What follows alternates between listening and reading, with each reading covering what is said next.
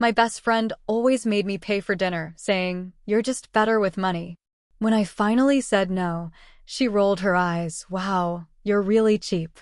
Later that night, she sent me a split-the-bill request for every meal we ever had. I smirked, replied, "Sure," and forwarded it to her rich boyfriend instead. I met Sarah during our freshman year at the University of Chicago. She had this magnetic personality that drew people in, and we quickly became close friends. We bonded over late-night study sessions, shared dreams, and our mutual love for deep-dish pizza. After graduation, we both decided to stay in Chicago. I landed a job as a financial analyst at a mid-sized firm downtown, while Sarah pursued her passion for art, working at a local gallery in the River North District. Despite our different career paths, we made it a point to meet up regularly, often exploring the city's vibrant food scene. However, there was an unspoken pattern that developed over time. Whenever we dined out, Sarah would often forget her wallet or come up with reasons why she couldn't pay her share. She'd smile and say, "You're just better with money than I am." Initially, I didn't think much of it. I figured friends help each other out, and I was earning a decent salary. One evening, we decided to try out a new restaurant in the West Loop. The place was known for its innovative dishes and had been on our radar for a while. We ordered appetizers, entrees, and even splurged on dessert. When the bill arrived, Sarah reached for her purse and then gasped. "Oh no, I left my wallet at home," she said, looking genuinely distressed. I waved it off. "Don't worry about it. I've got this." "Are you sure?" "I can pay you back later," she offered. "It's fine, really," I assured her. But later never came. And this wasn't an isolated incident.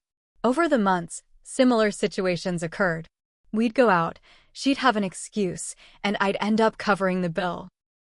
It started to gnaw at me, but I didn't want to jeopardize our friendship over money. Things took a turn when Sarah started dating Ethan, a guy from a well-off family. Ethan was charming, generous, and often treated Sarah to upscale experiences. I was happy for her, thinking that perhaps her financial situation would improve with his support. One weekend, Sarah and I planned a trip to New York City. We were excited to explore the art galleries in Chelsea, visit the Met, and indulge in the city's culinary delights. We booked a modest hotel in Midtown Manhattan to keep expenses reasonable. On our first night, we dined at a renowned seafood restaurant in the Theater District. The ambience was elegant, and the menu boasted an array of delectable options. Sarah's eyes lit up as she perused the offerings. "I'm thinking of getting the lobster bisque and the grilled sea bass," she said enthusiastically. I nodded. "Sounds good.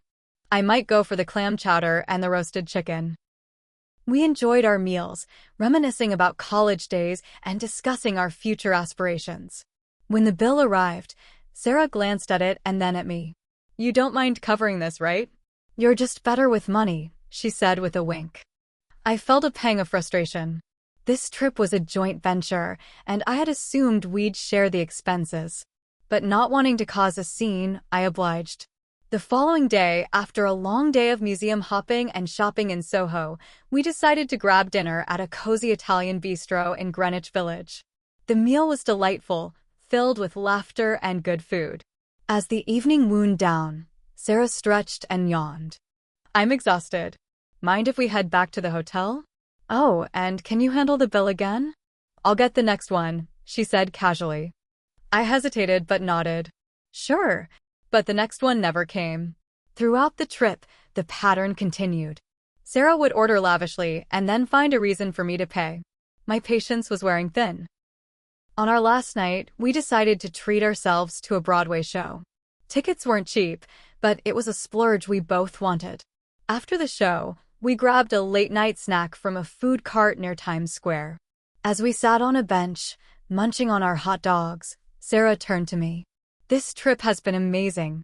Thanks for making it so special," she said, leaning her head on my shoulder. I smiled, but the weight of unspoken words pressed on me. I wanted to address the financial imbalance but feared ruining the moment. After returning to Chicago, I decided to broach the subject. I invited Sarah over for coffee at my apartment in Lincoln Park. As we sipped our drinks, I took a deep breath. "Sarah, There's something I need to talk to you about, I began. She looked up, concerned.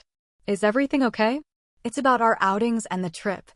I've noticed that I've been covering most of our expenses, and it's starting to strain my budget, I said carefully. She frowned. I didn't realize you felt that way. I thought you didn't mind since you're better with money. It's not about being better with money. It's about fairness. I value our friendship, but I think we should be more equitable in sharing costs, I explained. She sighed. I guess I got used to you taking care of things. I'm sorry if I took advantage. I appreciated her acknowledgement, and we agreed to be more mindful moving forward. For a while, things improved. We started splitting bills, and Sarah made an effort to contribute more. Our friendship felt balanced again. However, old habits die hard. During a weekend brunch at a popular spot in Wicker Park, Sarah ordered multiple mimosas and the most expensive dish on the menu. When the bill came, she patted her pockets. Oh, I think I left my card at home. Can you cover this? I'll pay you back, she said sheepishly. I felt a familiar twinge but nodded. Okay, but please remember to send me your share. Days passed, and the reimbursement never came. I sent her a gentle reminder text. Hey, just a reminder about brunch. Whenever you get a chance, I wrote. She replied hours later. Oh, sorry. Things have been hectic. I'll send it soon. But soon turned into weeks. I realized that despite our conversation, the underlying issue remained. I decided to take a step back from our frequent outings. I still cherished our friendship, but I needed to set boundaries to maintain my financial well-being and peace of mind. Friendships are built on trust and mutual respect. While generosity is a virtue, it's essential to ensure that it's not one-sided. Addressing financial imbalances can be uncomfortable, but it's necessary for the health of any relationship. A few weeks after that unpaid brunch, Sarah texted me out of the blue. Hey, Ethan wants to do a double date Friday. You and someone. He's booking this crazy place in River North. Free dinner, LOL. I stared at the message. Free dinner sounded great, but I already felt off balance. I wasn't seeing anyone at the moment, and the idea of tagging along to eat with Ethan, who I barely knew, made me uneasy. Still, part of me was curious. I replied, I'll come solo. Friday came. The restaurant Ethan chose was one of those places with no prices on the menu and a guy in a tux at the front who said, Madam, without blinking. Ethan greeted me with a firm handshake and a wine list already open. Order anything, he said, like he owned the place. Sarah beamed next to him, decked out in some brand name I couldn't afford without skipping rent. Dinner felt like a performance. Ethan talked about stocks, yachts, and this little house his family bought in Aspen. Sarah laughed too loudly at his jokes. I sipped wine and stayed quiet, uncomfortable but trying to be polite. The food came, looked like art, tasted like money. After dessert, Ethan waved the waiter over and said, all together, thanks. My stomach tightened. I didn't want to owe this man a single cent. Before I could say anything, Sarah leaned toward me and whispered, you can Venmo me your part later. I froze. I turned and said, I thought Ethan was covering it? She giggled, he is. But I told him I'd pay you in. You know, like usual. I stared at her, blinking. Like usual? I forced a smile through clenched teeth, sat through the rest of the evening, then went home and didn't sleep a minute. The next day, the Venmo request came. $187.50 for one meal. I stared at it. Then something in me snapped. I clicked decline. Sarah texted almost instantly. Sarah, hey? You declined it? Me? Yes. You said it was covered. Sarah, I meant by me. But I'm tight right now. Come on. You're better with money. There it was again. Better with money. Like my bank account was her personal float. I didn't reply. Not for a whole day. I needed to think. That night, I went through my bank statements. I pulled receipts, digital payments, even old text threads where she promised, I'll get you back. I totaled it all up. Over 3 years. I counted 56 meals, 8 trips, drinks, tickets, parking, coffee, Ubers. She never paid me back for any of it. The number hit me hard. $3,428.69. It wasn't even about the money anymore. It was what it meant. I screenshotted the Venmo request and attached it with a message.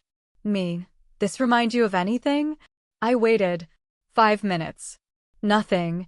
An hour. Still nothing. The next morning, I got a new notification. A Venmo request. From Sarah. For the full $3,428.69.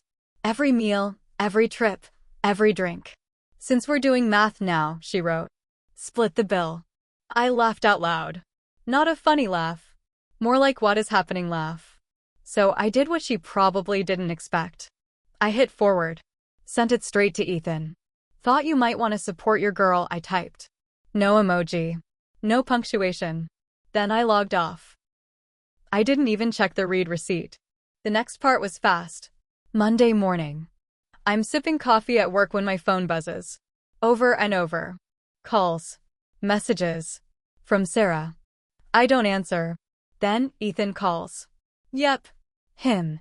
I almost don't pick up. But curiosity wins. Hey, I say flatly. Can we talk? His voice is calm but tight.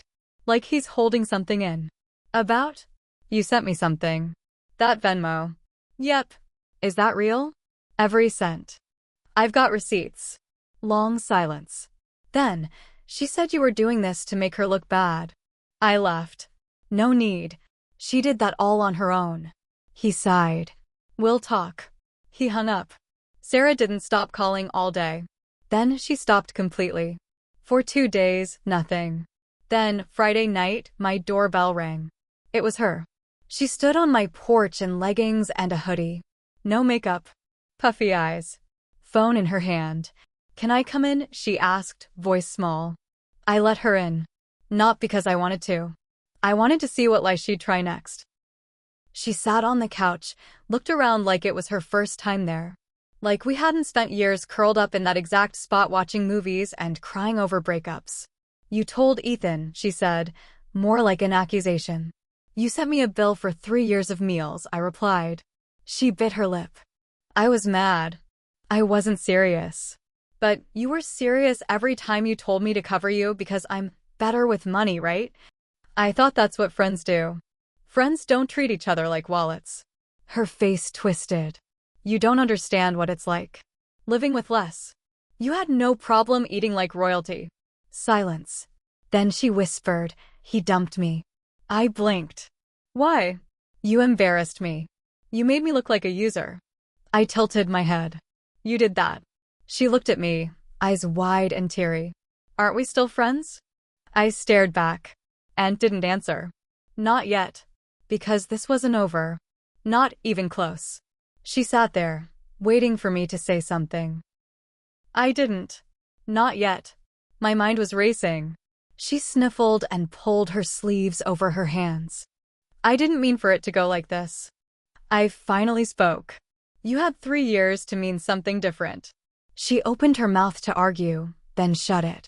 Maybe for the first time in our friendship, she knew she couldn't talk her way out. Then she tried something else. I'll pay you back, she said quietly.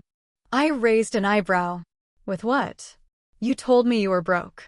I'll figure it out, she said. I'll sell some paintings. Maybe borrow from my parents. I blinked. You told me your parents had nothing. She hesitated. Okay, maybe they have some. Not a lot. So that was it. The cracks were showing. And the more she spoke, the more they split wide open. I didn't lie exactly, she added quickly. I just didn't think I had to explain everything to you. You were always just stable. That word. Stable. The same way someone might describe a building or a bank. Unmoving. Always there. Dependable. Exploitable. Then, like a final grenade tossed onto the fire, she added, you're not even poor. You live in this apartment. You go on trips. It's not like you were struggling. My hands curled into fists on my lap. I forced them to stay down. So, because I wasn't struggling, it was okay for you to use me? She flinched. I didn't use you, she said, even softer now. Name one time, just one, where you paid for both of us. Not when I was broke. Not because I asked. Just because. Silence. I waited. Still silence. She looked away, blinking hard. That's when I noticed the corner of her phone screen lighting up. Notifications. Over and over. She tried to hide it, but I caught the name flashing on her lock screen. Ethan, 6 messages, you want to know what else I know? I said, calmer than I felt. Ethan didn't just dump you because of me. He told me everything. Her head snapped up. What? He said this wasn't the first time. That you'd pulled this on his friends. His sister. Even his ex. She opened her mouth to protest, but I didn't let her. He said he felt stupid for not seeing it earlier. No, he's lying, she said too quickly. He's making stuff up to turn you against me. But the desperation in her voice told me she was spiraling. I leaned back, watching her unravel. She grabbed her phone and opened it, shoving the screen in my face. Look, I told him I'd fix it. I told him I'd make things right. The screen was full of unread messages. Long blocks of gray text. One of them said, "You said she was your friend. What kind of person does that to their friend?" Another said, "I'm done. You need help, Sarah." I leaned forward. He's right. You do. Her eyes filled again. So what now? You gonna tell everyone I'm a scammer? Make some big announcement? I didn't answer. Because I already had. Not loud. Just specific. 3 of our mutual friends had texted me earlier that week asking, "Did Sarah really send you a Venmo for $3,000? I hadn't said much. Just, yeah. I paid for all our meals and she decided I owed her half. They knew what that meant. And if they didn't? I wasn't going to explain it anymore. If people needed that much convincing to see someone for what they really were, I couldn't help them. That's when she pulled her last card. "You were like family to me," she said, trying to sound composed. "You think I'd do this to someone I didn't love?" I looked her dead in the eye. "You only do this to people who love you. That's the whole point." She blinked. "You find people who'll forgive you, excuse it, pay the tab, laugh it off. You drain them until they stop smiling. Then you act shocked when they stop picking up the phone." I stood up. "You need to go." She looked stunned. "Wait. Please. Just give me a chance to make it right." I opened the door. "You had 100 chances." She walked out slowly, like someone walking away from a wreck. She turned back at the stairs. "I'll fix it," she said. But this wasn't something you fix. This was who she was. That should have been the end. It wasn't. 3 days later, I got a letter. Not an email. Not a text. A letter. Folded into an envelope with no return address. My name written in careful cursive. Inside was a note. "You've ruined my life. I hope you're happy." And underneath that, a copy of the Venmo summary she'd made. Highlighted. Circled. With the words, "You owe half." That's when I knew Sarah wasn't done. She was escalating. And I had a decision to make. I could either burn every bridge and expose everything, or I could play smarter and let her show the world herself. I sat at my kitchen table with the letter in front of me. My hands were shaking not from fear, but from pure disbelief. She had mailed me a letter, like some passive-aggressive court notice. No apology, no reflection, just more blame, more entitlement, more of the same. I thought back to all the times I let things slide. All the meals. All the lies. All the smiles followed by excuses. I let it happen. I wanted peace. I wanted to avoid conflict. That was on me. And maybe that's what hurt the most. I trained her to treat me like this. She didn't have to become this kind of person, but I gave her room to do it. Again and again. So maybe I made mistakes too. But I was done cleaning up hers. I took a photo of the letter. And I sent it straight to Ethan. 10 minutes later, my phone rang.